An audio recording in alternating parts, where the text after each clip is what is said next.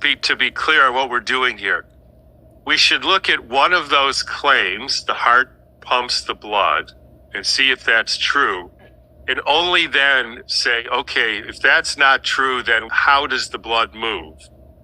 And then if you want, we could say, okay, what is the evidence that blocked arteries or plaque in the arteries causes heart attacks?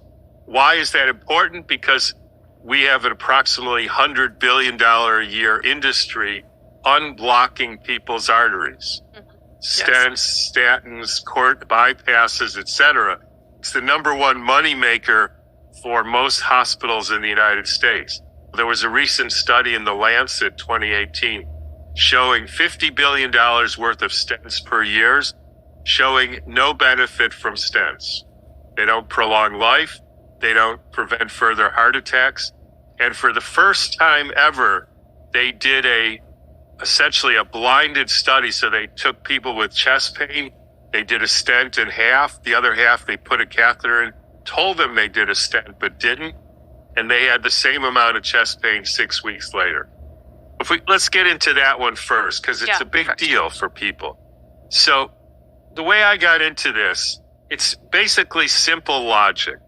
Sometimes it helps if I ask you, just so I'm clear you're with me. Okay? So the claim is you have these three major coronary arteries. Essentially, all the blood to your heart goes through those three vessels. And if one gets significantly blocked with plaque, and there's a whole lot of conversation about why you get plaque. Is it inflammation? Is it cholesterol? Is it this? That's not the issue here. Whatever causes the plaque, of which you can see, does that cause the heart attack? That's the claim. So the first thing I thought of was, because I was also an ER doctor for 10 years, so I saw a lot of people with heart attack. So I had a lot of time to question them. So I say to myself, okay, are the blood vessels, the arteries, the same everywhere in the body? Right?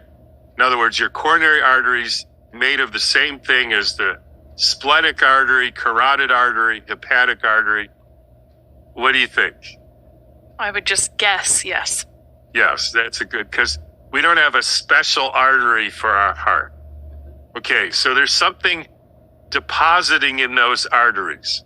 Next question, is the blood the same? Yes. The blood that goes through your heart and your spleen and your liver and your brain, it's the same, right? Okay, so if the blood is depositing something in the arteries, which are the same, then you would probably get plaque all over your body. If it's too much cholesterol, too much inflammation, too much infection, there's a lot of theories on the plaque, right? So you get plaque in your spleen artery, plaque in your liver artery, plaque in your coronary arteries, etc. Okay? Do you know of anybody or heard of anybody who's ever had a heart attack? Yes. How about a spleen attack? No. Never. I've asked over 100,000 people by now and been in ERs, etc. Nobody I know ever had a spleen attack or knows anybody. How come? It's just one artery to your spleen, it gets plaque. Why do you get a heart attack, not a spleen attack? Yeah. Or a liver attack, or a kidney attack, or a foot attack, or any other attack? Yeah, I have no idea. I didn't either. Nobody told me why. Yeah. So I thought, that's strange. If it's just plaque, why not spleen attacks? So then I started hearing stories, and a lot of them went like this. I was a normal 50-year-old guy, walked up a hill with my wife. I started having a little chest pain. Wife got nervous, told me I had to go to the cardiologist. Cardiologist does some tests and eventually does an angiogram where they stick the dye, and they usually wag your finger at, you have a 93% blockage. If you block anymore, you're going to have a heart attack. I heard this story like 3 days ago. Yeah, you hear it. I heard it hundreds of times, maybe thousands. Now let's think about that. All the blood goes through your coronary arteries, right? You got one of them. So one of the major areas to your heart has 7% blood flow, right? Yes. How'd you walk up that hill? The other arteries? They don't go to that part of the heart. Okay. Because, I don't know, with the 7% blood flow, with the oxygen, I have no idea. Yeah, I have no idea either. And you, not you, but the cardiologist, you mean to tell me that if I block from 7% down to what, 6% or 4%, that's going to kill me? That made no sense to me. If you got 7% blood flow, you got no blood flow. I don't know how you walked up that hill.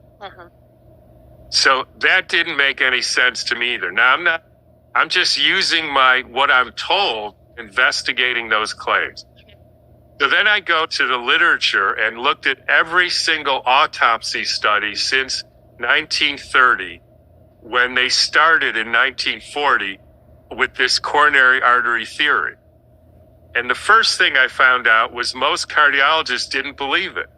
In fact, they said the people with the plaque get less heart attacks than the people who don't have plaque. Okay? So, but then they did autopsies to prove it. In other words, somebody dies of a heart attack.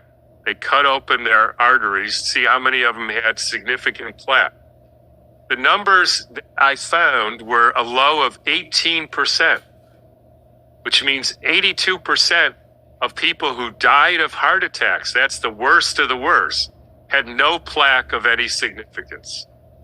And the highest number I found was 78%, which still means 22% didn't have any plaque of any significance. So why did they die? Now, then I found that there's the best study ever done by a guy named Giorgio Baroldi, Italian pathologist, looks for 40 years, does autopsies on everybody who died of a heart attack, says exactly 41% of the people had significant plaque, of which over half came after the heart attack, not before. In other words, the best information we have is that only 80% even have plaque of any significance who die of a heart attack. Which means, what happened to those other 80%? Nobody ever said anything. All my medical training, any cardiology, it was all about the plaque and blocked arteries. So that made me conclude that there is actually no evidence that blocked arteries cause heart attack. It makes sense. The numbers don't add up. Yeah. So then I tried to figure out, so what does cause a heart attack and why does the plaque happen after? And that takes a little bit longer, but basically, and why the heart and not the spleen?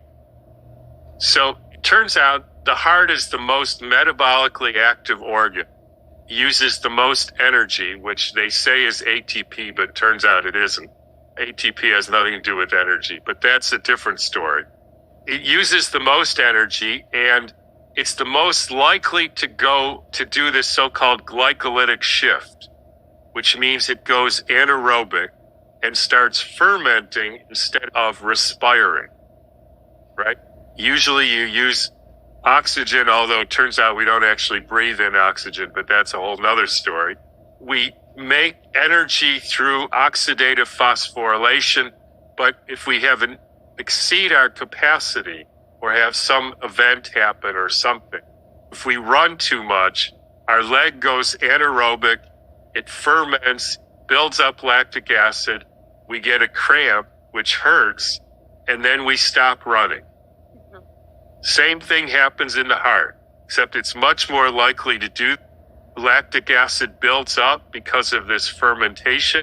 You get a drop in the pH. That causes cramps, just like your leg. Same thing happens in your spleen, except your spleen and your leg and your liver can stop, and your heart can't. It's not pushing, but it's expanding and contracting.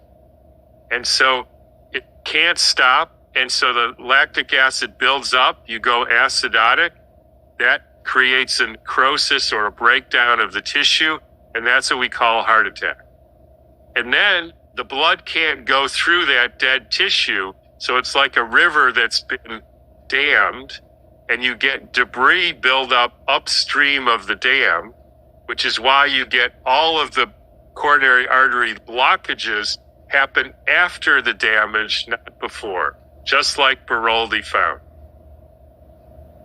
Can I ask a question? Or you? Yeah, and by the way, the benefit of that is it turns out there's a very simple herbal medicine that gets rid of the lactic acid as it's building up in your heart. It has been used almost with amazing success for over 100 years, except they don't like it, to prevent heart attacks, even in hospitals. And all it does is get rid of the lactic acid, because that was the central, essentially, poison in this drama. So now I'll stop. What is the... I have to ask you next what the herb is. Strophanthus, it's called. Yeah, you do. If you put it where it stopped. Strophanthus? He Yeah, spelled that? nobody ever heard of it, but we have resurrected it as a medicine because it clears the lactic acid, converts it into something called pyruvate, which goes into the so-called oxidative phosphorylation cycle. I don't like to think in these sort of biochemistry terms, but it also helps the parasympathetic nervous system. Mm-hmm. A lot of the reason why your heart loses energy is because it's under too much so-called sympathetic tone, so to speak. Strophanthus, is that what you said? Strophanthus, yes. Strophanthus. It was I don't know if you mentioned this. Was this popular in a particular culture? How did you learn about the herb? It was part of the German naturopathic circles that I frequented for a while. It was used in American medicine for decades. And there's even what's called a Strophanthus challenge test. If you had chest pain, you want to know if it was your heart, they give you Strophanthus. If it went away, it was your heart. If it didn't, it was something else. And I knew they got rid of it because they wanted this coronary artery theory, which has essentially made them a fortune.